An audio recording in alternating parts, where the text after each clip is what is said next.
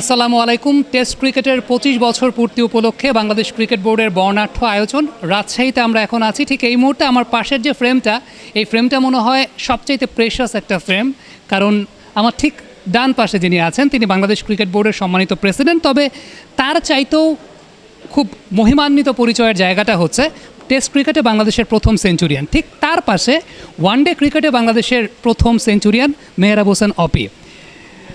বুলবুল ভাই, কখনো কি আপনাদের মধ্যে এই কম্পিটিশনটা হয় যে এখন তো যেহেতু হোয়াইট বল ক্রিকেটার এরা, আপনি প্রথম টেস্ট সেঞ্চুরিয়ান, উনি প্রথম ওয়ানডে সেঞ্চুরিয়ান, কখনো ডিবেটটা হয় যে কোন সেঞ্চুরিটা বেশি প্রেশাস? না, ডিবেট হয় না কখনো, বাট প্রথম সব কিছুই প্রেশিয়াস।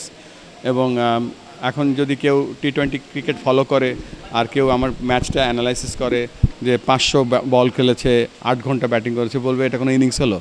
আবার অপির যে ইনিংসটা ছিল সেটা প্রেসিয়াস এই জন্য যে এখন টি-20 ক্রিকেটের সাথে 50-50 ক্রিকেটের কিছুটা মিল আছে, but test cricket is different cricket. এবং অফকোর্স কম্পেয়ার করি না কখনো, বাট দুজনের আমরা খুব ভাগ্যবান যে দুজনে সেঞ্চুরি করতে পেরেছিলাম বাংলাদেশের জন্য।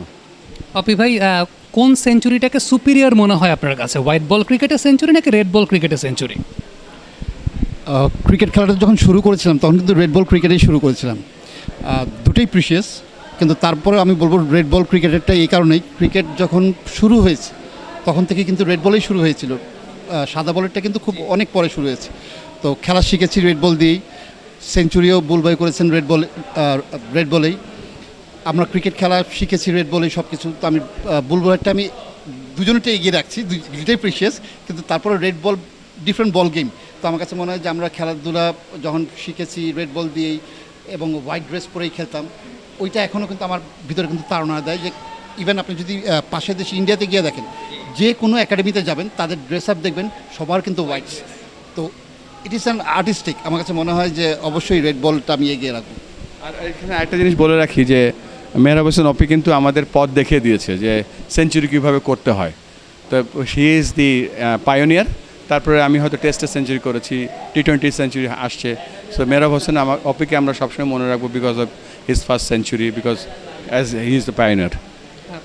লাস্ট একটা কোয়েশ্চেন জিজ্ঞেস করতে চাই, সেটা হচ্ছে আপনি যেদিন সেঞ্চুরি করেন, অপি ভাই সেদিন 8 কিংবা 9 রান করেছিলেন, আমি স্কোরটা আমার ঠিক মতো মনে নেই। এবার অপি ভাই যেদিন সেঞ্চুরি করেছেন, আপনি সেদিন হয়তো বা 8 বা 9 রান করেছেন। এটা কি দুজনের মধ্যে এরকম কোনো যুক্তি থাকতো নাকি যে একজন ভালো খেললে আরেকজন সেদিন খারাপ খেলবেন?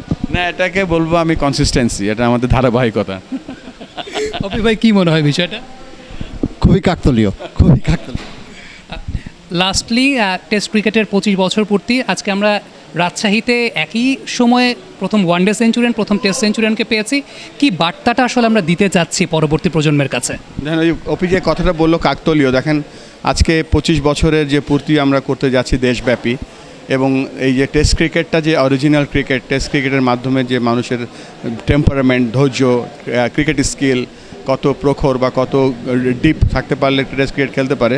তবে এই জিনিসটার সাথে সাথে আজকের এই যে কাকতালীয়, আবার বলছি এই জন্য যে আমরা দুজনেই ওই ফার্স্ট টেস্ট খেলেছিলাম এবং দুজনেই আজকে এখানে উপস্থিত আছে, এটা আমার কাছে বেশ ভালো লাগছে। Thank you so much, thank you so much. দর্শক, আজকে টেস্ট ক্রিকেটের প্রথম সেঞ্চুরিয়ান, ওয়ানডে ক্রিকেটের প্রথম সেঞ্চুরিয়ানকে একটা ফ্রেমে পেয়েছি। জানি না এই সুযোগ সবসময় খুব বেশি হয় না, আশা করছি আপনারা উপভোগ করেছেন।